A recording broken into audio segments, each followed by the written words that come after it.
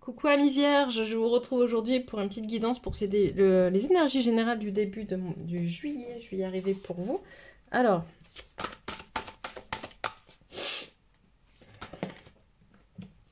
équilibre.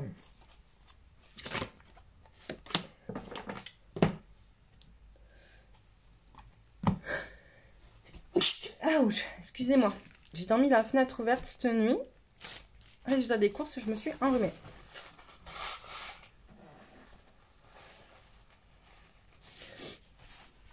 On y va, on continue. Alors, pour nos amis vierges,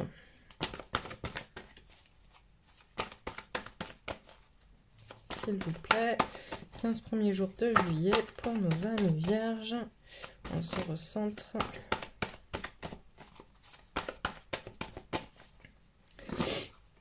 Allez,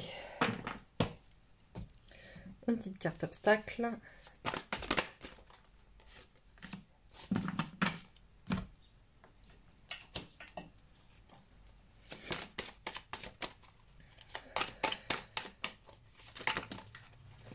Hop, ça fait un peu beaucoup.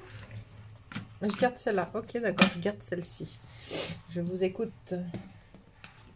Alors, qu'est-ce qu'on nous dit? On nous parle d'équilibre pour vous, amis vierges. On nous parle de trouver justement cet équilibre, en tout cas d'aller à la recherche de cet équilibre entre chacune des énergies qui vous composent, d'accord? Le yin, le yang, le chaud, le froid, les saisons, le spirituel, la matière.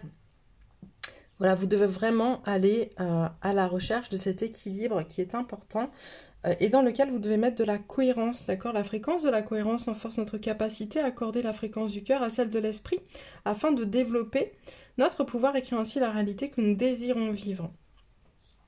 C'est important de se centrer. Depuis le début là que je fais, enfin aujourd'hui hein, que j'ai commencé les guidances pour les signes astro, donc j'en suis à vous les vierges, donc j'ai commencé par les béliers, je fais toujours dans l'ordre. Il y a cette recherche, cette reconnexion à soi qui est très portée sur ces débuts juillet, ok? Se recentrer, aller chercher à l'intérieur de soi ses réponses, introspection, reconnecter à l'équilibre, à notre équilibre profond, d'accord?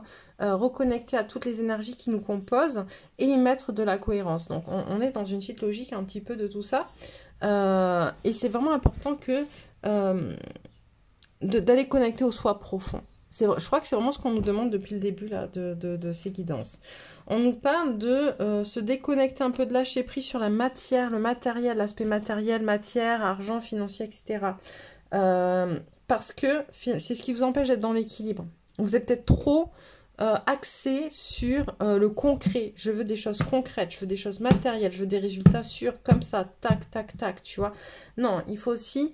dans cette recherche d'équilibre, peut-être aller un peu plus vers le monde spirituel. Alors, quand je parle de monde spirituel, je ne parle pas d'entité ou choses, machin, etc. Je vous parle de vous, de votre esprit.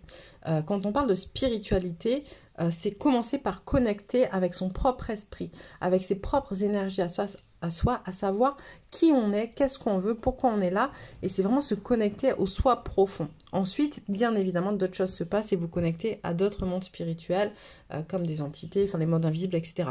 Mais on s'en fout de ça. C'est pas le plus important. La première chose que vous devez faire, c'est vous connecter à vous. Un obstacle, on vous dit le manque de confiance.